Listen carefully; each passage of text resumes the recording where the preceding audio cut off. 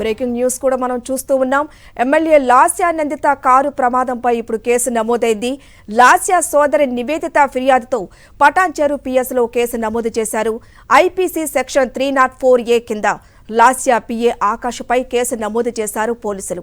ఉదయం 5:15 ఆకాష్ ఫోన్ చేశాడని, ఇద్దరికే దెబ్బలు తగిలాయని లొకేషన్ షేర్ చేశాడని నివేదిత చెప్పారు. కారు నిర్లక్ష్యంగా నడపడంతోనే కారు ప్రమాదానికి గురైందని ఆమె ఫిర్యాదులో పేర్కొన్నారు.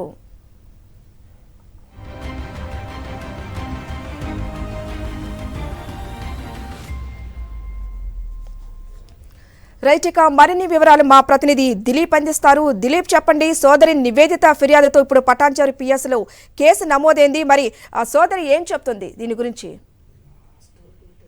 చూసుకోవచ్చు, ఉదయం రైలింగ్ ప్రమాదం చోటు చేసుకుని మరణించింది అని అనుకున్నటువంటి లాస్య నందిత కేసులో ట్విస్ట్ మొదలైందని చెప్పవచ్చు.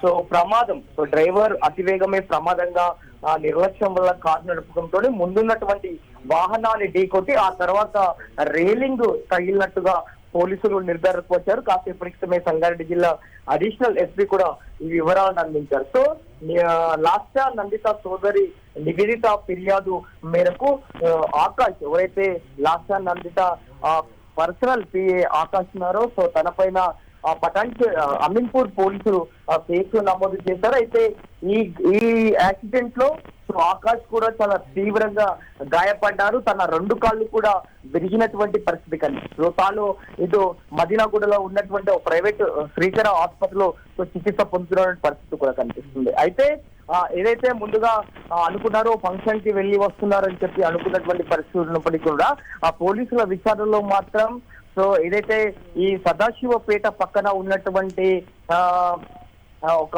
దర్గాకి సంబంధించి సో వాళ్ళు వెళ్ళి తిరిగి ప్రయాణంలో ఇంటికి చేరుకున్నారు. ఆ తర్వాత కేవలం వాళ్ళకి అంటే ఆకలి వేసింది. సో ఆకలిలో ఏదైనా తినడానికి మాత్రమే బయటికి వచ్చి ఆ నేపథ్యంలోనే ఈ అమీన్పూర్ ఎగ్జిట్ టోల్ గేట్ వద్ద ప్రమాదానికి గురారు. అయితే ఈ ప్రమాదం పైన ఎలాంటి అనుమానాలు అయితే వ్యక్తం పరచడం లేదు, ఎందుకంటే ఇది సాధారణంగా జరిగిన యాక్సిడెంట్ గానే ఆ పోలీసులు భావిస్తున్నటువంటి పరిస్థితి కనిపిస్తుంది. అయితే లాస్య నందిత గత కొన్ని రోజులుగా ఆ ప్రమాదాలకు గురి అవుతున్నటువంటి పరిస్థితిని మనం చూస్తున్నాము. గతంలో ఆ సూర్యాపేట సభ ముగించుకొని వస్తున్న సమయంలో తన కారు ప్రమాదానికి గురైంది.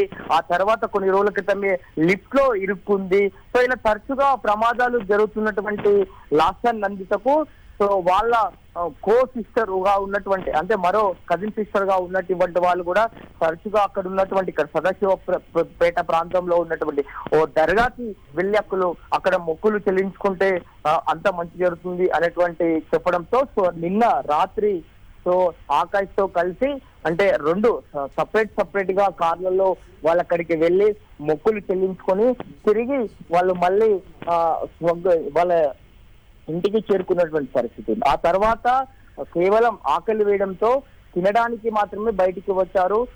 షామీర్పేటలో ఉన్నటువంటి ఎగ్జిట్ టోల్ గేట్ వద్ద వాళ్ళు ఓవర్ పైకి ఎక్కినట్టుగా ఆ పోలీసులు కూడా అంచనాకు వచ్చారు. అయితే సీటు బెల్ట్ కూడా పెట్టుకొని ఉన్నట్టుగా కూడా అడిషనల్ ఎస్పీ అయితే వివరించారు. సో ఈ ఘటన పైన అన్ని కోణాల్లో ఇంకా దర్యాప్తు చేస్తున్నామని చెప్పి కూడా వివరాలు వెల్లడించడం, త్వరలోనే మరిన్ని కూడా వివరాలు వెల్లడిస్తామని చెప్తున్న పరిస్థితి అయితే కనిపిస్తుంది. అయితే లాస్య నందిత సోదరి నివేదిత ఇచ్చిన ఫిర్యాదు మేరకైతే సో 304A సెక్షన్ కింద కేసు అయితే నమోదైన పరిస్థితి కనిపిస్తుంది. Okay, thank you Dilip.